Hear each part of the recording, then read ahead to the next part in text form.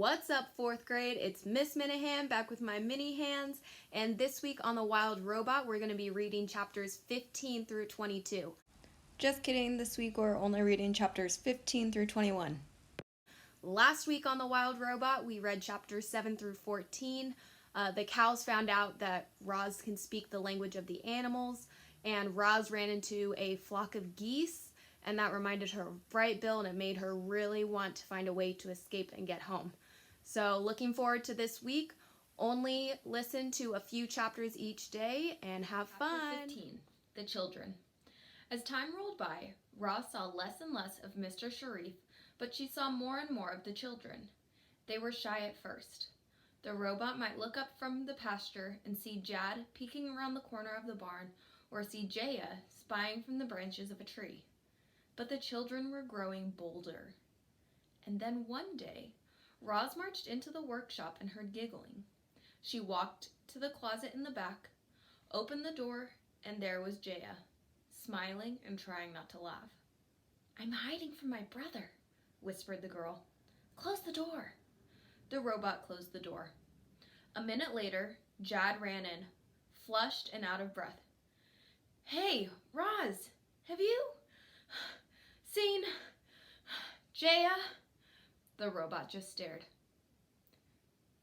"I know she's in here," said Jad, and he began prowling around the room. He searched under the work table and behind the tool chest and between all the bulky workshop machines. Finally, he marched up to Roz and said, "I order you to show me where my sister is hiding." The robot pointed to the closet.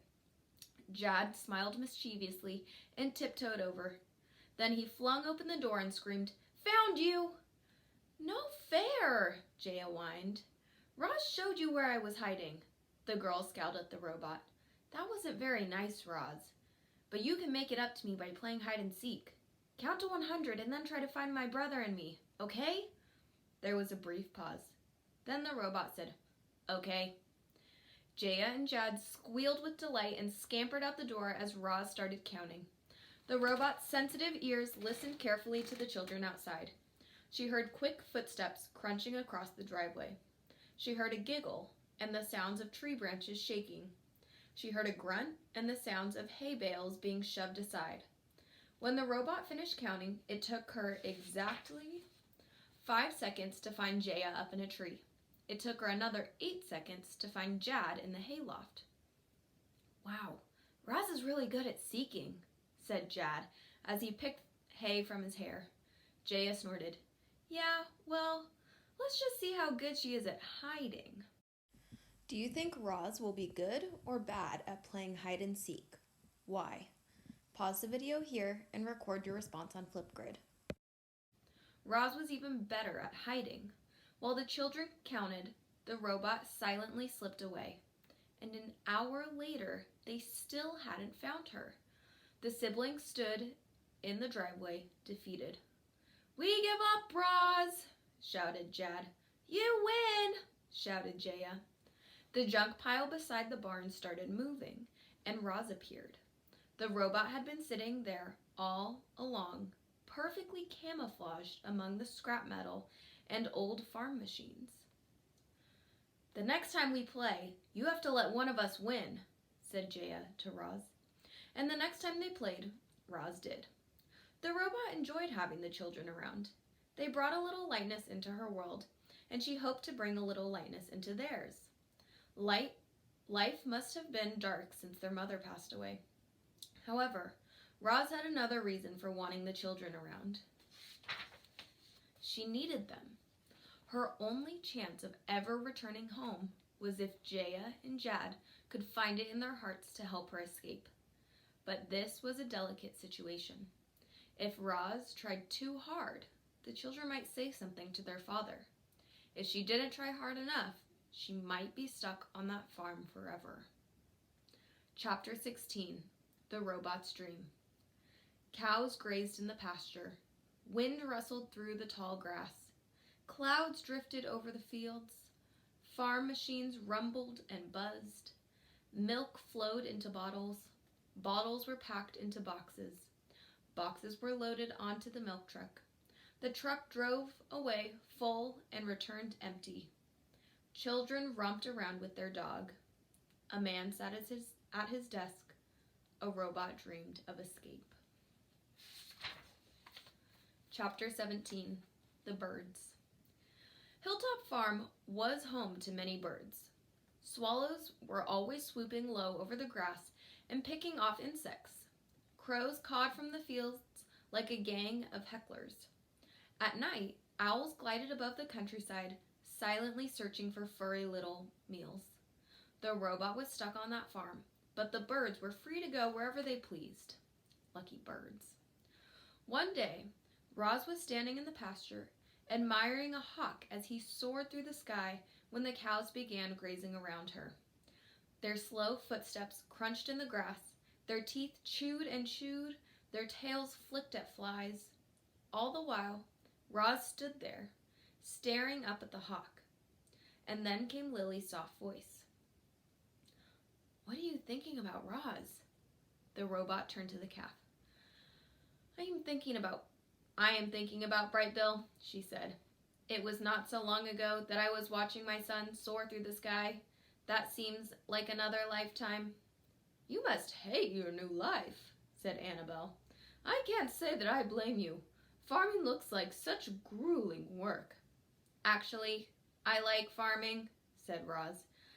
"Somehow it feels right to spend long hours working with machines and tools and crops and animals, but I miss my old life on the island." Tess had a mouthful of dandelions, but that didn't stop her from speaking. Maybe you should start thinking of this farm as your home. That island is awfully far away. There's a good chance you'll never make it back there." "Don't say that," cried Lily. "Roz just has to make it home. She needs to be with Bright Bill and her friends." "Tess is right," said Roz. "I may never make it home. If I were a bird, like my son, I could fly home all on my own anytime I wanted. But I am only a robot." Nobody spoke after that. The cows went back to grazing, and Roz went back to admiring the hawk. Her eyes followed the bird as he soared through the sky, free to go wherever he pleased. Chapter 18. The Entertaining Robot. The children wandered out behind the farm buildings, through a clearing, and over to an old oak tree. It was the same tree their father had climbed when he was a boy.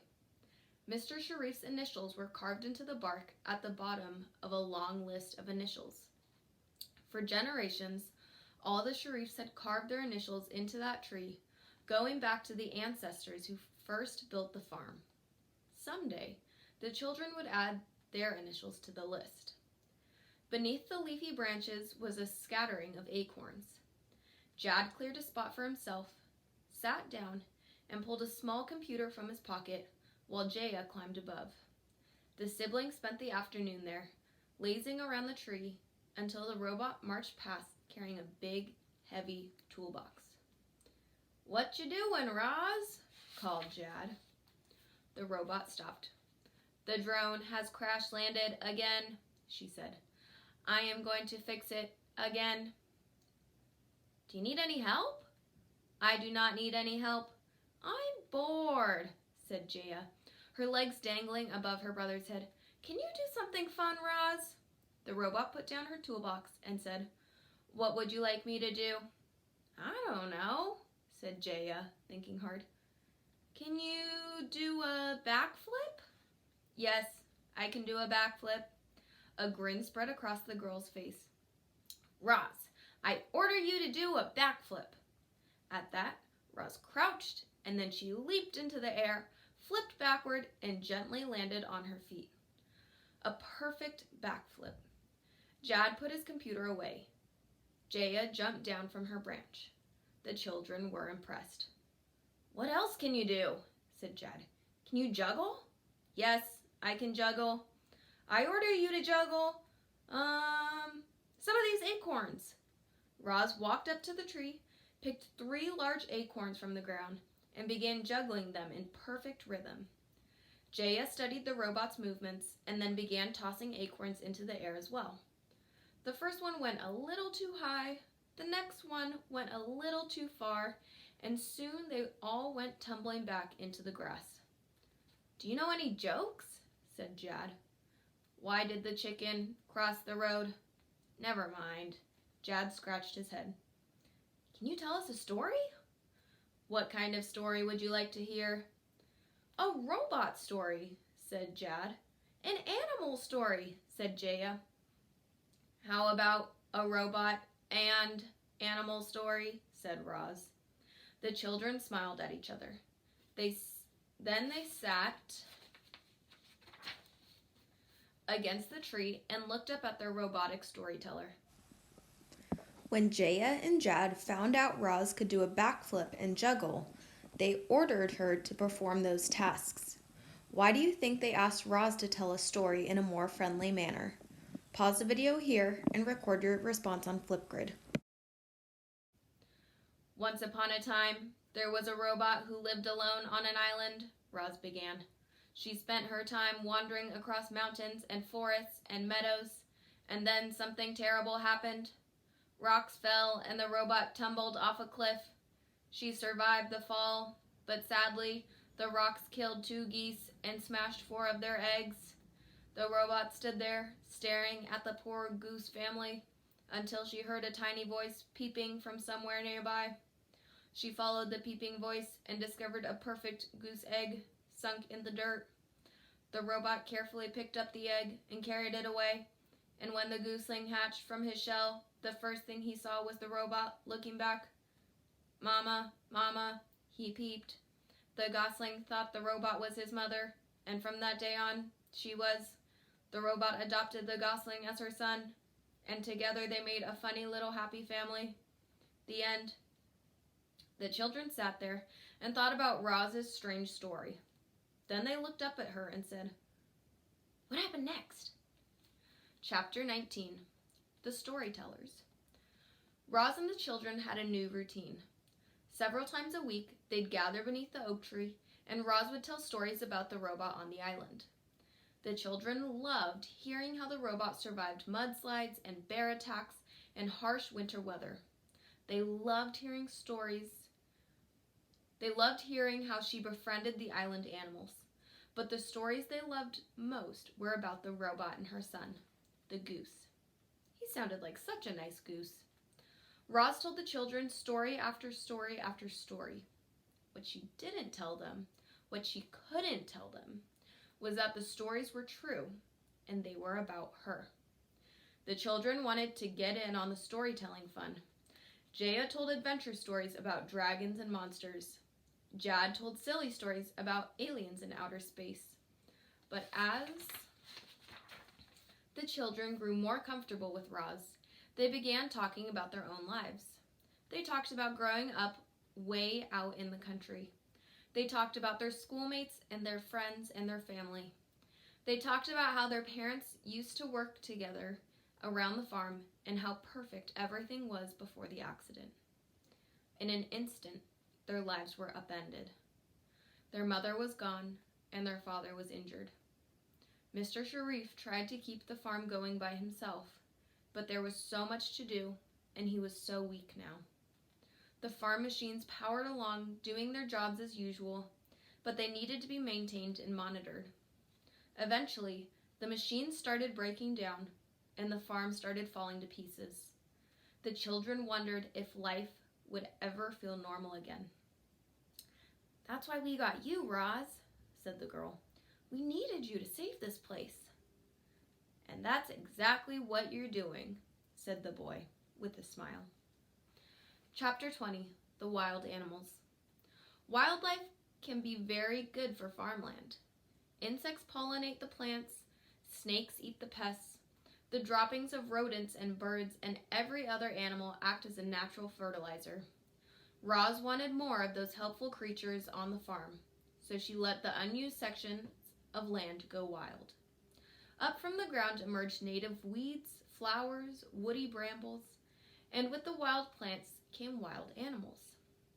But then some creatures came skulking around who were not helpful at all. It started when Roz noticed a heavy scent floating on the breeze. She followed the scent out to a narrow strip of forest on the edge of the property. There were clumps of fur in the undergrowth and claw marks in the dirt. There was blood too. Lots of it. And then she found the carcass. A deer had recently been killed and eaten. The robot's head slowly spun around as she scanned the area. Not far from the carcass was a pile of droppings. It looked like it might have come from a dog, but Oscar wasn't large enough or ferocious enough to kill a deer. What kind of animal could have done this? Based on past animal character interactions in The Wild Robot, what kind of animal do you predict killed the deer? Pause the video here and record your response on Flipgrid. Roz had been standing there at the edge of the property for a while. She imagined Mr. Sharif in his office, sitting at his computer, eyeing her location on the map. Any minute now, he would hobble out to his truck and come racing down the driveway to check on her. Roz didn't want to upset the man, so she left the carcass where it was and returned to her work. But from then on, she kept a careful watch for any more signs of trouble. Chapter 21. The Howl. It wasn't long before Roz found more signs of trouble. Furry faces poking out from the bushes, musky smells lingering in the fields, silhouettes trotting through the moonlight. And then, one night she heard it. The long, menacing howl of a wolf. So there you have it, chapters 15 through 22. Oops, pretend I said chapters 15 through 21. Of The Wild Robot Escapes. Next week we will continue with more chapters. Hope to see you there.